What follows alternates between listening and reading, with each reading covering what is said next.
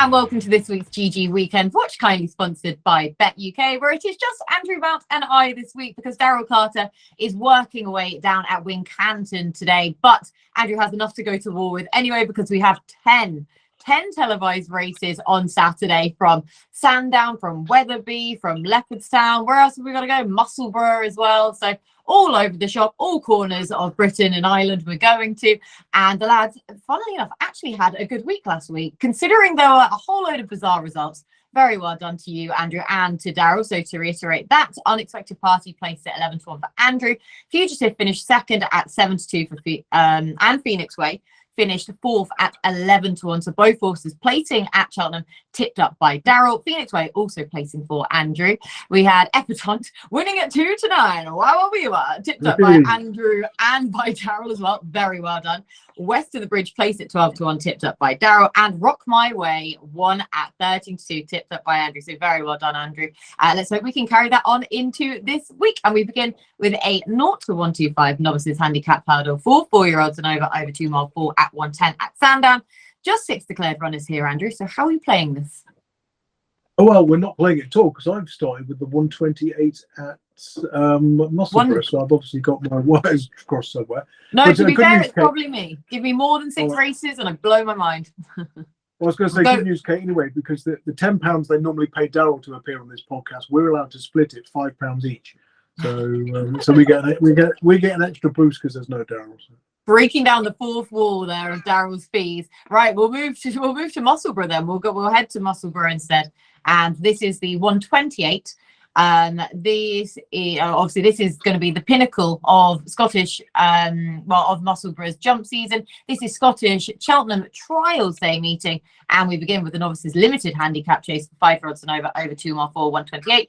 Only 6 runners this time though, Andrew. How would you like this one? Yeah, I looked at this. I thought novice handicap chase, or this isn't a race I'll spend a lot of time on, but I kind of went down the rabbit hole with it, and it's a lot more interesting than at first glance.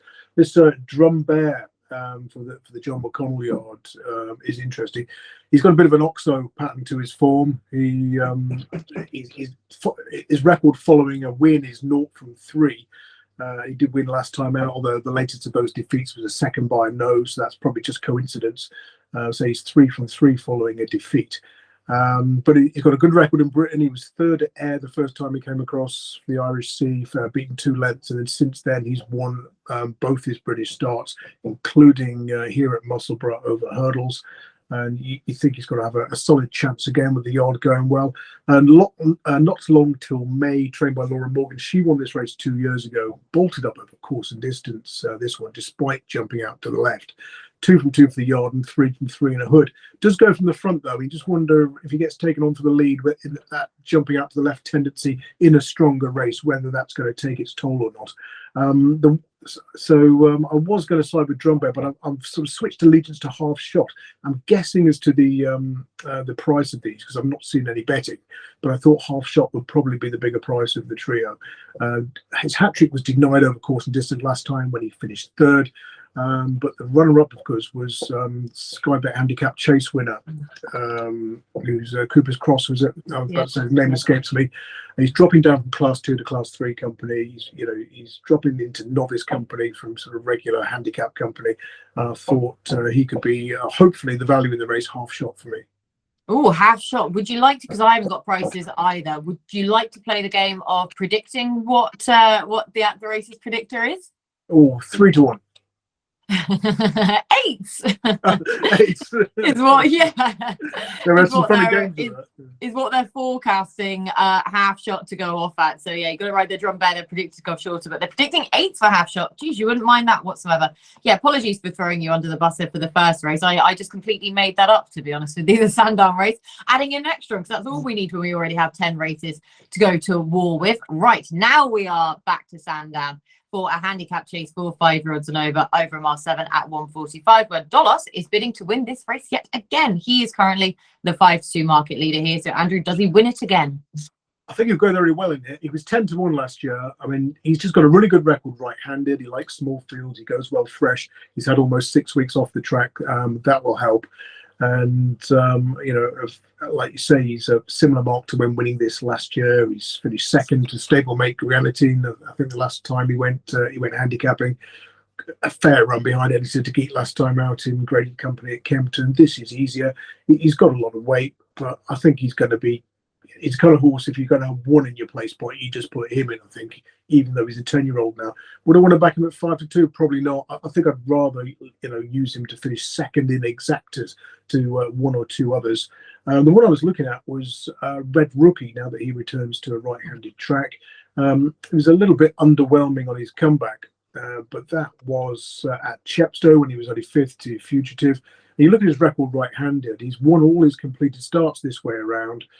3 wins and a 4 from 4 starts in this direction. And he's got a really good record second time out as well. He's won on his second completed start in all 3 seasons he's run. One of those wins basically third time out, but he fell on his second start. So I thought Red Rookie was the way to go over Dolos. Haddock's Days Oboe is very progressive and has been winning well last time out at Warwick. But the last time he ran in this direction at Kempton, I mean, you could argue he did too much too soon in a race set up for the closers. But that he did jump out to his left, so maybe that's going to halt his progression, and we might perhaps see him run well at Cheltenham or Newbury after this if he gets beat here. A third time Lucky's back down to a mark of 143, the same mark as when 6th to Belfast Banter in the county hurdle 2 years ago.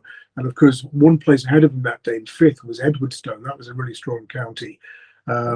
So again, third time Lucky going right-handed as well. He does tend to jump out in this direction. He could go well. Kiltilly Briggs was the fascinating one. Been running over 2.5 to 3 miles, back down to 2. Probably needs soft or heavy going, but you assume he's going to go off the absolute clappers as he often does to try and sort of put his stamina to good use. Whether that will be effective or not, I don't know. Hasanki is a horse I love, but soft or heavy ground would be preferable. And if it's drying out, he might run well without winning. So I'll stick with Red Rookie over Dollars, but this is a really good race. Yeah, it is, isn't it? 13-2 about Red Rookie, though. Over Dolos currently as a 5-2 market leader for that contest at Sandown. Right, we're on to the Edinburgh National handicap chase, which is a 0-150 handicap chase for 5-year-olds and over 3 miles, 7.5 furlongs at 2:03 back at Musselburgh. Wide open, as you would expect. So, Andrew, how are you solving this one? Yeah, this is a tricky old one. Huge field, like you say.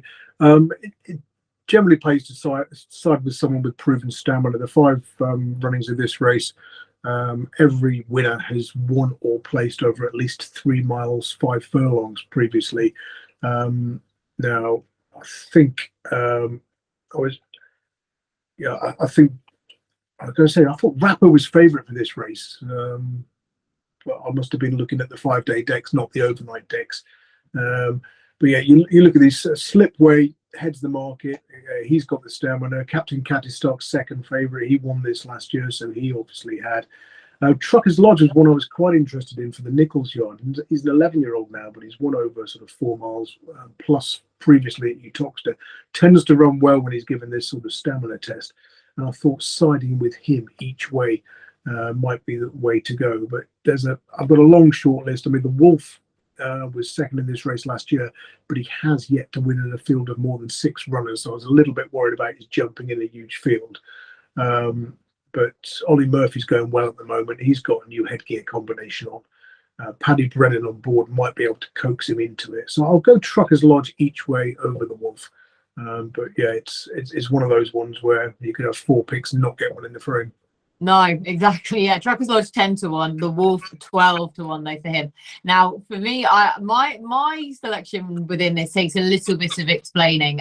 It's Regina Dracones even, who is available at 14-1 currently. Obviously, it is not ideal whatsoever to side with a horse that has fallen in 2 of her last 3. I was going to say there's more letters than numbers in the recent form figures.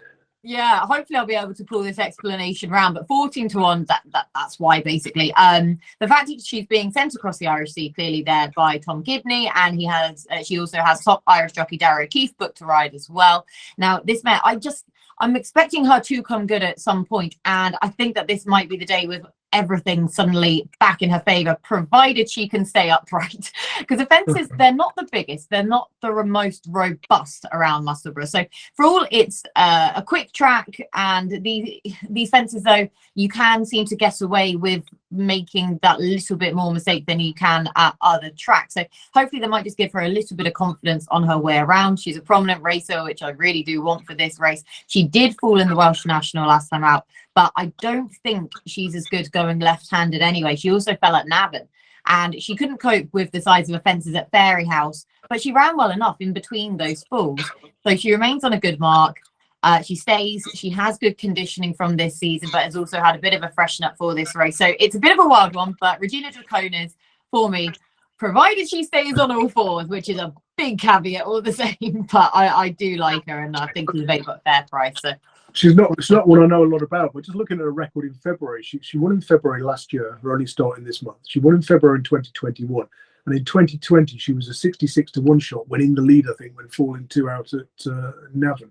So, yeah, clearly it's got some form at this time of year as well. So you might have persuaded me to get involved there. You know what, that as well, yeah, that's, I also realized that. Thank you for bolstering my opinion with further actual facts. So yeah, come on, Regina, for the February month. That's what I really meant. It's Grade 1 action up next in the form of the Scilly Isles Novices Chase for 5 rods and over 2 mile 4 at 2:20.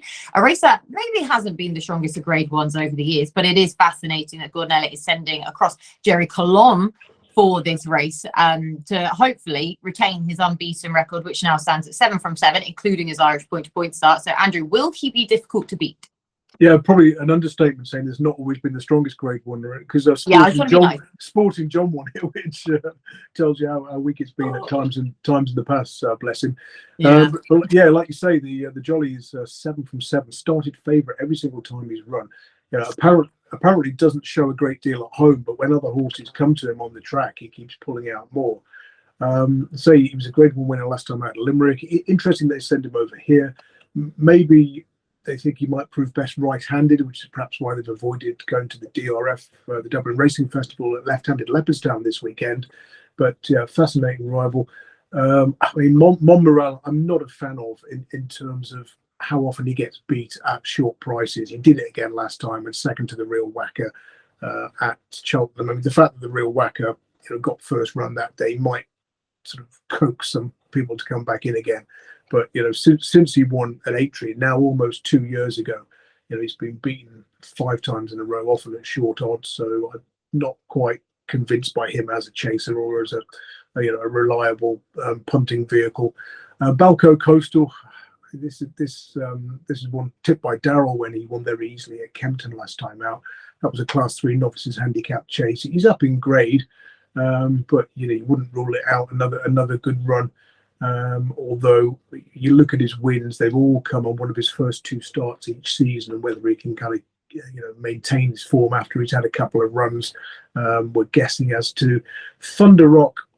It's difficult. He's got a fantastic strike rate, hasn't he? And Ollie Murphy's in incredible form now.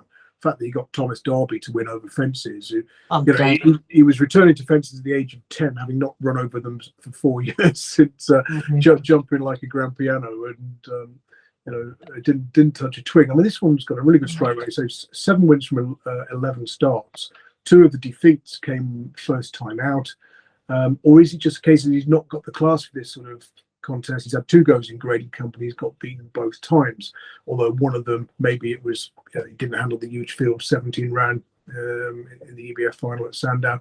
Last time out behind the Real Whacker, probably just a little bit too far back in the early stages in a funny old race, and wasn't far behind Montmorel. I think at the prices I'll probably just side with him. So I'll go Thunder Rock. Given the red hot form of the Ollie Murphy yard. They are, aren't they? Like, say, had a cracking day yesterday up there, wasn't it? We have Thomas Darby. Just how Sean Bowen managed to get that horse to win, I still don't know. Over Gold Cup buys, I love as a horse, but yeah, they're having a cracking time. Thanks to Thunder Rock, 5 to 1 currently priced up. I'm going to be very unoriginal, to be honest with you. Going to give away what my nap is for the end as well, especially now that you haven't sided with him as a bet necessarily, because I didn't expect to see 2 to 1 about Gerri Colombe. I just think that is too big a price for me to ignore, to be honest with you. I think he's in a whole other league to his rivals, and I say this is just a very feasible Grade 1 for him to pick up on his way to the festival rather than go to the DRF, where, like I say, whether or not it's because it's going left-handed, he's prefers to go right-handed, this horse, but also the fact that winners at the DRF on from last season's Cheltenham Festival winners, that it wasn't fantastic the way that the winners from the DRF are able to translate their form then to Cheltenham as well. So potentially a few trainers trying to avoid it therefore. So I'm hoping that this has been a deliberate call by Connections to avoid Leopardstown. Gerri, Colombe, very, very talented horse who can extend his unbeaten run for me. Right, another meeting joining us now because we're off to Wetherby for the Grade 2 Towton. I'm saying it. You've got another Toy Town. Yeah. Every Always time this race comes up, I've got you in my mind with this race. Novices Chase for 5 over 3 miles at 240. Only 4 runners here. Baigrifincottage is the 4-6 favourite. So how are you playing this one, Andrew? Yeah, I'm probably not, to be honest. Yeah. I was quite impressed with Baigrifincottage at Haydock last time. I know it was only 3 runners, but he was second favourite. He absolutely slaughtered the Twist and Davis trained Beauport. It's got a tongue tie on for the first time today. 6-4 on is the price I've seen. I'd certainly prefer him to City Chief, who a funny old one, because he jumped out to his right at Exeter when he sort of was well behind Gelino Bello. Then he's gone to Hereford and he's jumped out to his left on the right-handed track. So maybe it's just a case of he needs better ground. It was too soft for him that day. But I wouldn't be rushing to back him at a single figure price in graded company. That price probably owes more to what colours he carries and who trains him rather than what he's achieved on the track. O'Toole, the Stuart Crawford yard, again, he was a winner last time out, but that was a fairly modest contest at Newcastle. So you would think it's going to be Baigrifincottage all the way, assuming he faces that first time tongue tie. Yeah, that's kind of your only sort of caveat, I guess, really, isn't it? His first time tongue tie, which could even eke out even more improvement in him. But as long as he does take to it, would have been tried in it at home. So hopefully it's all gone well. And Baigrifincottage might even be a fair price then at 4-6. Back to Sandown for a Premier Handicap hurdle for 4-year-olds and over 2 mile 4 at 255. Now this really is wide open, Andrew. So who are you siding with in this one? Yeah, this is another tricky one. It's a per temps qualifier.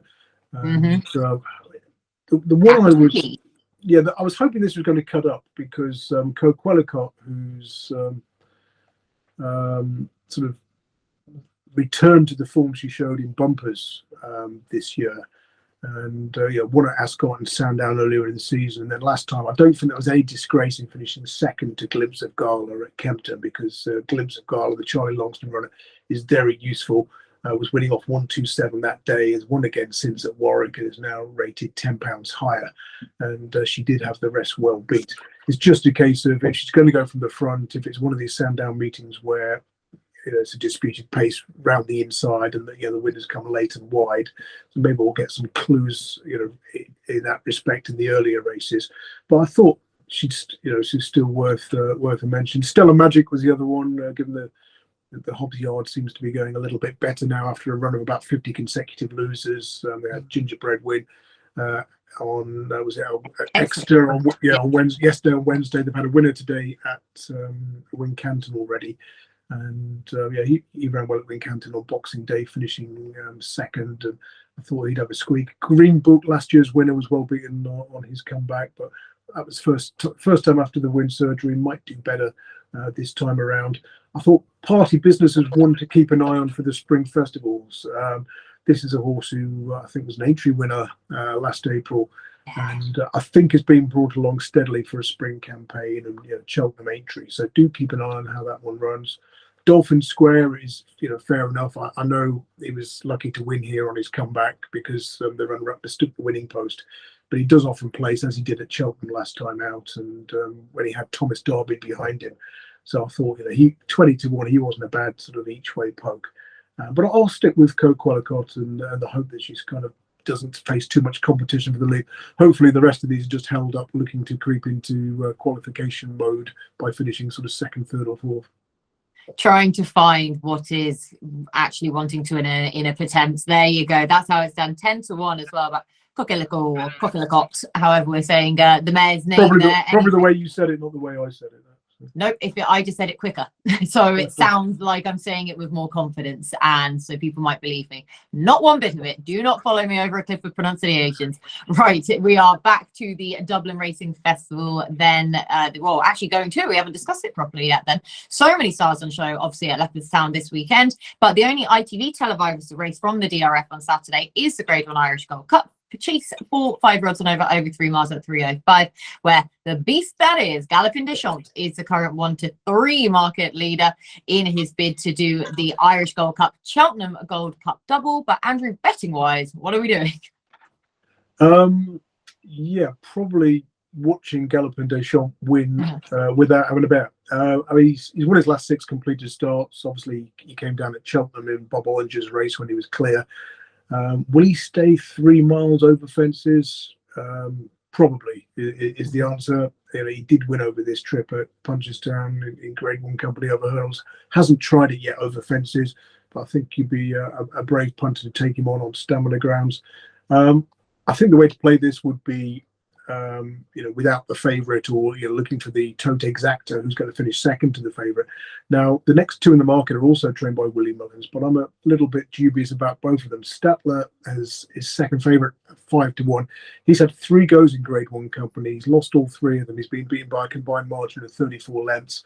Kemboy has been running well. He's an 11-year-old now, but was he 3-1 for this race last year when he was only 5th? So whether he can win a race of this nature at his age, perhaps not. Saying that, the one I was thinking might creep into second is Any Second Now. Now, placed in the last 2 Grand Nationals, obviously Aintry's on the agenda again, and all roads lead there. But under a patient ride, you can see him just sort of creeping right round and finishing a respectful 10 lengths second to Galopin Des Champs. You look at Racing Post ratings, he's second to Galopin Des Champs, £3 clear of the rest. You look at top speed ratings, he comes out best of the lot. And I just thought he's 33-1. That's straight forecast, tote exacta, might pay sort of 10-12-1 and might just be worth a couple of quid. Yeah, so like I said, multiple ways to play this, and there is always another angle into this. So like say an exacta forecasting, obviously we don't have the markets up for without Galopin Des Champs at this early stage as we record now, but currently priced up at 33-1 there. Any second. I don't think he's going to beat Galopin Des Champs, but might just be good enough to finish second to him.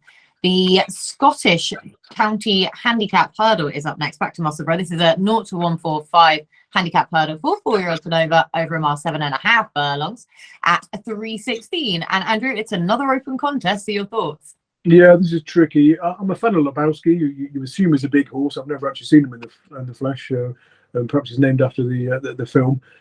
Straight over my head. You're gonna have to explain that one. the Big Lebowski.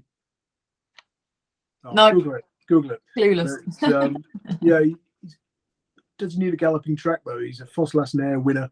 Last season before losing his way, returned with a win at Wetherby, or is he just best when fresh and you want to back him on his first 2 starts of each campaign? That's a possibility. He's won 3 of his 5 starts from Michael Scudamore. You look at his record below Grade 2 company, he's 3 from 3. Will a sharp right-handed track play to his strengths? Possibly not, but he's certainly be one on the short list, as would the 2 Donald McCain trained course and distance winners, Nayati and Collingham.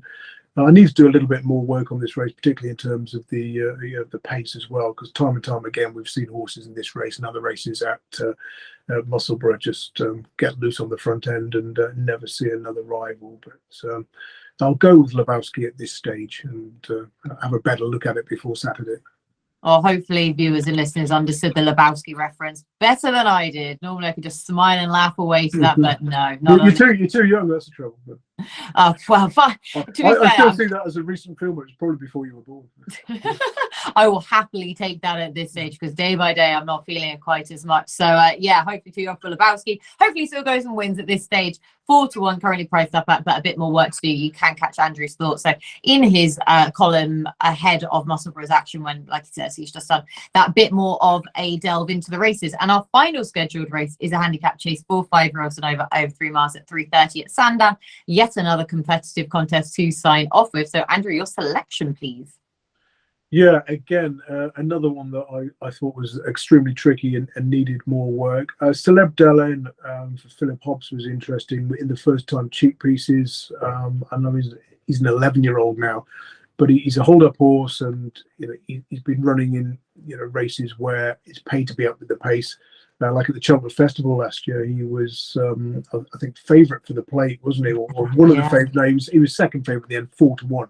He was very well touted, but that's just not a race in which you can come from off the pace, generally speaking. Cool Cody, of course, winning that.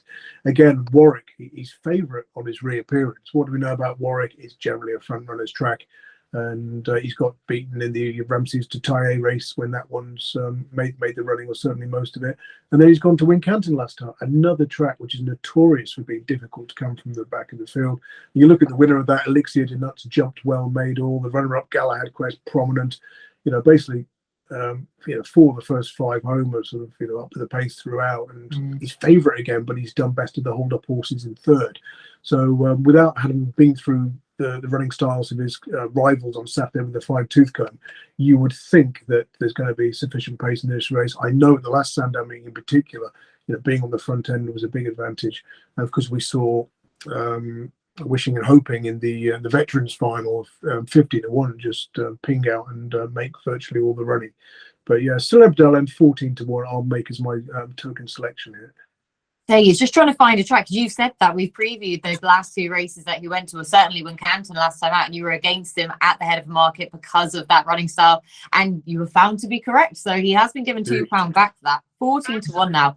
Might have a race where it's going to help him that bit better to actually be able to get into the race with that hold up style. So yeah, big price horse to sign off with. So now it's just left for me to hand over to you to go anywhere else you want to take us to, Andrew. Yeah, I really want to talk about the first race at Leopardstown, the Dublin Racing Festival. This is the 2 mile 6 Grade 1 novice hurdle. We've got We've All Been Caught for Nigel Twiston-Davies, who I was surprised didn't run at Cheltenham last week against Rock My Way, because that pair clashed in a maiden hurdle at Cheltenham on New Year's Day. 2.5 miles was on the sharp side for We've All Been Caught. There was a strong headwind in the straight. And We've All Been Caught has won it into the teeth of the gale, showing a really good attitude to hold off Rock My Way, who was also prominent. That one people thought, might have been flattered because he was trained by Sid Hosey, 66-1. He's come out and won a very strong race on trials day. And fascinating that Nigel Twiston-Davies has taken this route, gone to Ireland, taken on the big guns in their own backyard before, I assume, a stab at the Albert Bartlett. I've bet him anti-post for that, my only anti-post Cheltenham bets at this stage. And of course, he won a point-to-point. He won a Newbury bumper. He's then gone straight into Grade 2 company behind I was about to say Hermes Allen. No, I was getting confused with Helios Allen run at Wincanton. Yeah, behind Hermes Allen. He was 7-1, and he ran a really good race. I think he was beaten about 7 lengths or thereabouts into third. He stayed on well, looked like he was crying out for a stiffer test of stamina. So I was really impressed, despite the narrow margin of that maiden hurdle win. I know it's tricky to make the transition from maiden hurdle winner to Grade 1 hurdle winner in one single step, but the fact that he's already shown form in Grade 2 company behind a subsequent Grade 1 winner makes me think he's worth a go here. So yeah, I'll go with We've All Been Caught in that one. The 155, I thought it was probably going to be Lossy Mouth, who was going to win that quite comfortably, but he's priced accordingly. And the race I do want to mention is the handicap chase, the 2 mile 1 furlong, which is at the 4:10. Yeah, the 4:10. Yeah. Managed to find a wave of the sea in my column in this race last year, and this race is a really good race for young horses. In the last 6 years, you just bet the youngest horse in the race, or if there's more than one of them, bet both. You'd found the winner 5 times out of 6. And you go back to 2019, the youngest horse was a 6-year-old. There were 3 of them. They've included the 14-1 winner and the 11-1 second. So youth has come to the fore. Away with the Sea won it as a 5-year-old and a 6-year-old. He's a 7-year-old now. Now the youngest horse is actually 1 6-year-old, which is Baron Aculia, who's about 25-1. So I think I'll have to save on him. He's dropping back in trip, but the last time he did run at this distance, he was 3rd in the Grade 2 Novices Chase at Punchestown in November. So yeah, Barnaculia and Away with the Sea in particular. Away with the Sea 7s from 10s in the last sort of 24 hours or so for that 4:10. The market has already been moving about Away with the Sea, then back over this course in distance again. But yeah, Barnaculia 25-1 about his current price for the 6-year-old in that race. Is so competitive. So fair play to you going there, but other bets at Leopardstown on the card as well for Andrew. Now, Andrew, your nap, please. Again, I'm completely surprised that you go. I'll go for Away with the Sea. Oh, okay then. Away with the Sea. Yeah. Into 7-1 in that 4:10. We say 4:10 at Leopardstown, into 7-1, then Away with the Sea. Brave one. I am not so brave. I am going Gerri Colombe in the 2:20 at Sandown, because 2-1 to me, to be honest with you, is too big a price for him. I just think he's superior to his rivals in that race. So that is everything from Andrew and I this week, mainly Andrew, to be honest with you. So thank you so much, Andrew, for all of your hard work. We will be reunited with Daryl Carter next week, but whole load of races covered there in super quick time. So thanks again, Andrew. Thank you to our sponsors, Bet UK. Thank you to you for watching. Enjoy the action this weekend, and we'll speak to you again next week.